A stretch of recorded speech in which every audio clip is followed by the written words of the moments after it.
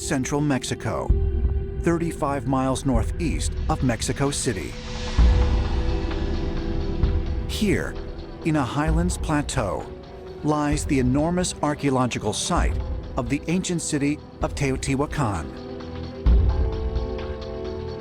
Established around 100 BC and lasting until its fall between the 7th and 8th centuries, Teotihuacán was one of the largest cities in the ancient world, with over 150,000 inhabitants at its peak.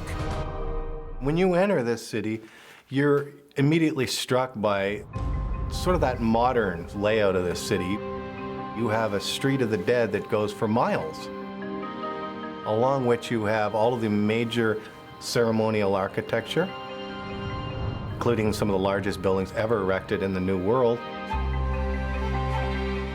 According to scholars, the advanced design of Teotihuacán suggests that ancient builders had knowledge not only of architecture, but of complex mathematical and astronomical sciences. From the air, the city's layout strangely resembles a computer circuit board with two large processor chips, the Sun Pyramid and the Moon Pyramid.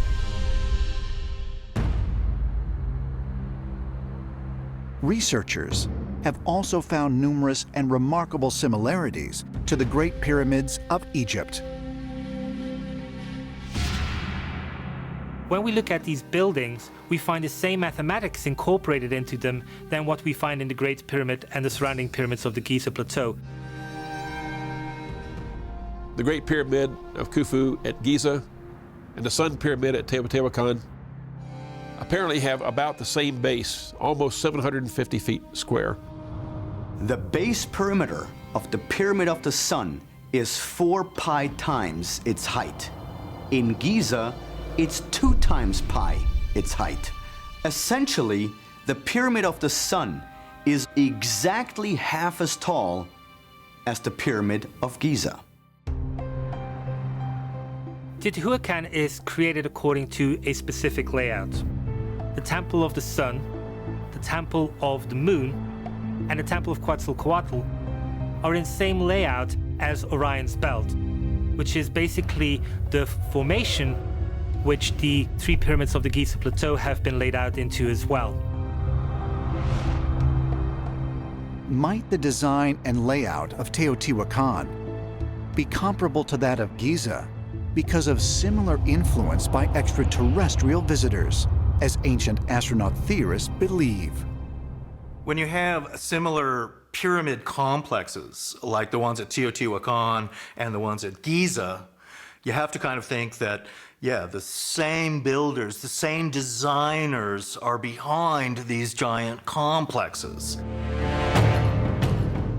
But perhaps the most intriguing aspect of Teotihuacan is the finding by archaeologists of the extensive use of mica embedded in numerous structures, a mineral only found 3,000 miles away in Brazil. It's found in all buildings, housing complexes, temples, and along the roads. It's found everywhere. These mica sheets were probably transported from thousands of miles away from Brazil. That's the nearest source. Now, why would you want to do that? So they were obviously not there for decoration because you couldn't see them. Mica has some electrical properties that make it very good for being an insulator. It resists the transmission of electricity. It's also very good at being able to be stable at high temperatures so that it can be used in furnace windows and oven windows. It is clear, so you can see through it, and at the same time, it stands up to the temperature and electrical discharges. So we know that they must have had a very specific and good reason to incorporate it. And the only possible reasons really why they would be doing this is because somehow it was part of some technology. Recently, archaeologists have also discovered large quantities of mica crystals in a subterranean chamber, as well as in several shafts that run beneath the Avenue of the Dead. There is an underground shaft that goes from the mica chamber in direction of the Pyramid of the Sun. So is it possible that this mica chamber contained some type of an energy-producing device? A power plant that fed some of the other pyramids? It is possible. There's many similarities between the pyramids at Teotihuacan and the pyramids at Giza. Both have inner chambers. It's thought by some that the Great Pyramid itself was a massive microwave generator, literally sending a beam up to a satellite or powering some other kind of spacecraft or installation. And we could have had the same thing happening here at Teotihuacan. Shanxi Province, China. In 1974, farmers digging a well outside the town of Xi'an made an astonishing discovery.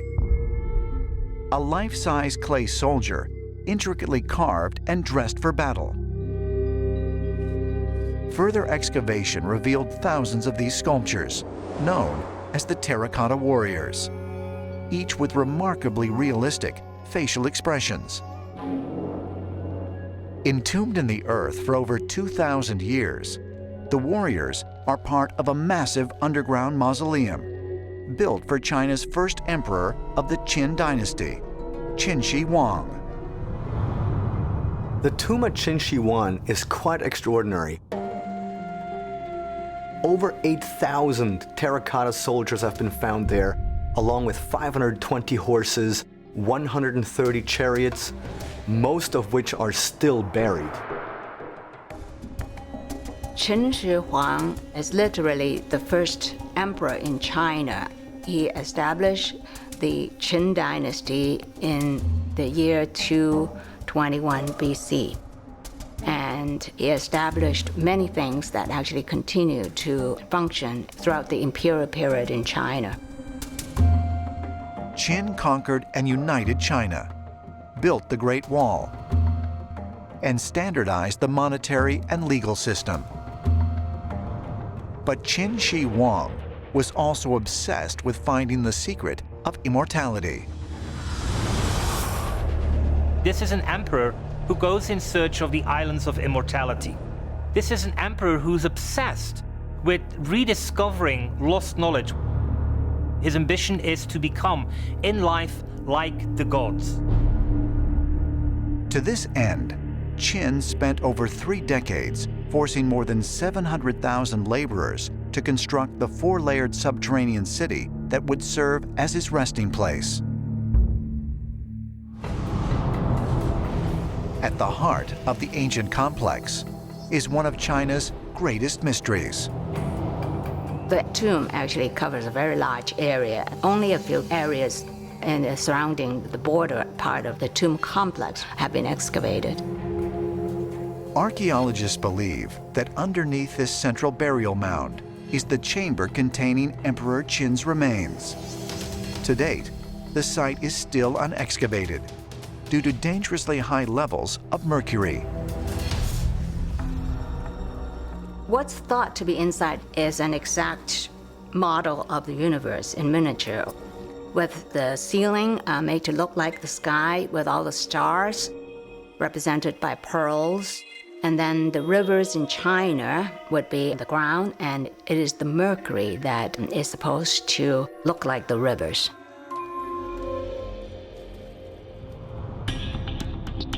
A conductive element used in gauges, electronics, and automobiles. Mercury is a liquid metal that was discovered by archaeologists in an Egyptian tomb that dates back to 1500 BC. Some researchers believe the presence of mercury indicates the existence of modern technology in the ancient world. The presence of mercury also in these tombs is unusual. Mercury is something which is not really very useful to us, except in very high-tech devices. And it could have been used as part of the extraterrestrials and their technology on this planet. Luxor, Egypt.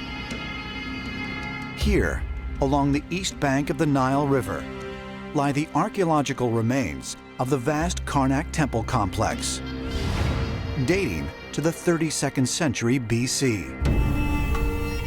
With its numerous structures, including great halls, obelisks, and an avenue of sphinxes, Karnak represents the combined achievement of many generations of Egypt's ancient builders. When one travels to Luxor and gazes upon the Karnak temple, we see large pillars, oversized obelisks, and what's very amazing about this area is that it's one of the few places where over 30 pharaohs contributed to its sheer size and wealth of knowledge over a vast period of time. For centuries, archaeologists and scholars have considered Karnak to be one of the most dramatic examples of the remarkable technological ability of early man. But do the construction techniques used in building these incredible monuments reveal evidence of something more, something not of this earth? When we start looking at hieroglyphs, we are amazed as to how beautiful and how carefully they have been carved. The technology which we see is clearly of a perfection which is beautiful and almost makes our heart cry whenever you come face to face with it. Experts believe the most impressive evidence of advanced machining can be found on Karnak's tall, four-sided tapering monuments called obelisks. The obelisk is carved with the same inscriptions on four sides, and they're all exactly the same, and they're beautifully cut and articulated hieroglyphs into this red granite stone. We would look at it today and say it had to be some sort of machine that carved these things out. For example, there were slots. They were only 0.14 inches wide, half-inch deep. When you look inside, you can see the bottom of them were made by a rotating tool. So this was a tool that punched in, came out, stepped down, punched in, came out. The human hand, no matter how good you are, can never do that. The tool marks themselves, the precision, the depth, the rotating impressions that were made were not done by hand. Some of those were so precisely engraved as to require machine tools to do it. The toolkit that we see that the ancient Egyptians are supposed to use, there's no way that any of those tools could produce the results that we saw. To many scholars, the apparent precision used in the construction of the obelisks at Karnak suggests a 21st century level of expertise. Precision is what our civilization is built on. To craft something to within 2/10,000ths of an inch or 1,000ths of an inch is quite common today because that tolerance or that precision is necessary and it has purpose. But how can we explain such precision in ancient construction? If you look at the Ramses statue, it is so perfect that you wonder how this was even done with allegedly primitive tools, because today we could only do this with machines. So the way we check the symmetry of the Ramses statue is to take two images of the same photographs, make transparencies, and compare the left to the right. We flip it over and bring it over the original, and as we can see, we have a perfect match. The ancient Egyptians were very skilled at working granite. I cannot see how they could have created what they created with the tools that are commonly accepted to have been in the ancient Egyptians' toolbox, such as copper chisels, or stone chisels, wooden mallets, stone balls. But if, as many historians and archaeologists contend, The ancient builders did not possess the equivalent of modern tools. How were these monuments built with such mathematical precision? Perhaps the answer can be found by comparing an example of ancient sculpture with one made by more modern methods. We can compare the aluminum model, the face machine, the striations coming down the face with the striations coming down the face of the statue of Karnak in Egypt. And also the tool marks, so where we see above the eyebrow, the dig-in right there, where it kind of shows us what kind of tools or the shape of the tools that they used. So the elements that bring this machining to ancient statue are not just the symmetry, but also the geometry, the precision, and the tool marks. And we have all three elements in modern machining and ancient statuary. It's an enormously difficult thing to do by hand without introducing some mechanical assistance. Seems to me to be impossible. But if the tool marks seen on the Ramses statue appear identical to those made by modern methods, wouldn't it prove that the ancient builders had access to machines, and perhaps even electricity? They allegedly did not have electricity, power tools. Supposedly they didn't have diamond saws. But yet, they're doing things that would require precision work, precision tools. So where did they get those things? How could they have had these advanced machining tools that we've only just acquired ourselves today in our civilization? So one answer would have to be they've gotten it from ancient aliens. The Valley of the Kings, Egypt. The Taj Mahal, Agra, India. And King Pakal's tomb, Palenque, Mexico. Spectacular burial sites that date back thousands of years are found across the world. According to mainstream researchers, these locations are the final resting places for ancient leaders. But might they also serve a more profound, perhaps extraterrestrial purpose?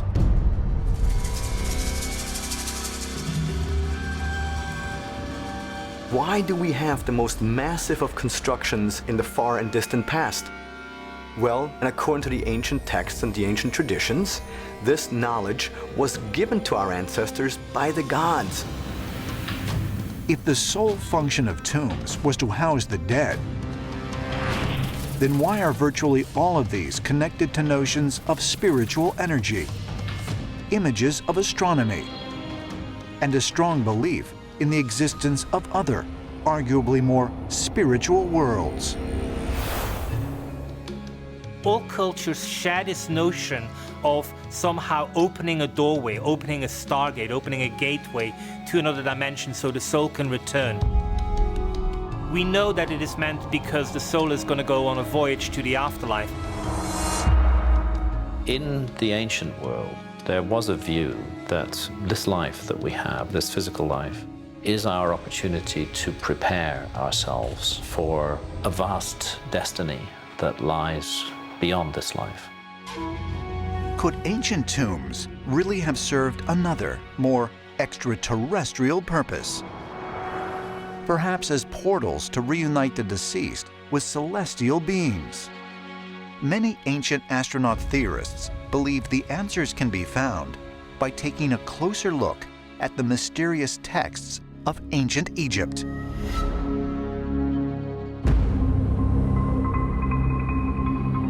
Saqqara. Situated on the west bank of the Nile River, 20 miles south of Cairo, this archaeological site is one of the oldest and largest burial grounds in all of Egypt. Egyptologists called these monuments tombs, but to the Egyptians they were not tombs. They were gateways to the afterworld. It is through these structures that the king will begin a journey into the underworld in order to face obstacles, dangers, and threats. And if he would overcome these threats, he would be given passage into the afterlife kingdom of Osiris.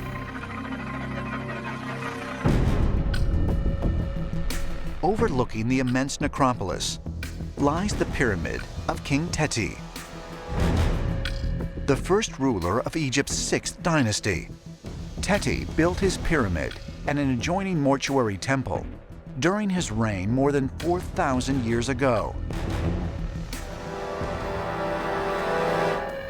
I'm walking on what's left of the ancient causeway of King Teti I. That's his pyramid. And here is his very much ruined mortuary temple. Now, this pyramid is very important. It contains the oldest religious writing in the world, the pyramid texts. According to archaeologists, the pyramid texts are a collection of ancient Egyptian religious writings that date back to 2400 BC. They contain passages about Osiris, the Egyptian god of the afterlife, and descriptions of how to prepare the pharaoh's remains during his ascent to the heavens after death. The pyramid texts are all about the stars. It's all about the king becoming a star. It's all about the king ascending to the sky and joining Osiris, Orion in the sky. But according to ancient astronaut theorists, the pyramid texts didn't only guide the pharaoh to an afterlife. They actually provided instruction on how the pharaoh could travel to other worlds. What is important to realize is that the ancient Egyptians say that about 25,000 years ago, the gods lived amongst them. Then they disappeared again. What the pyramid texts are saying is that we, the ancient Egyptians specifically, of course, are able to reach the gods again. For this we have to die, but once we're dead, we're able to join the gods once again. What we're talking about is some kind of other dimensional travel for the soul to undertake.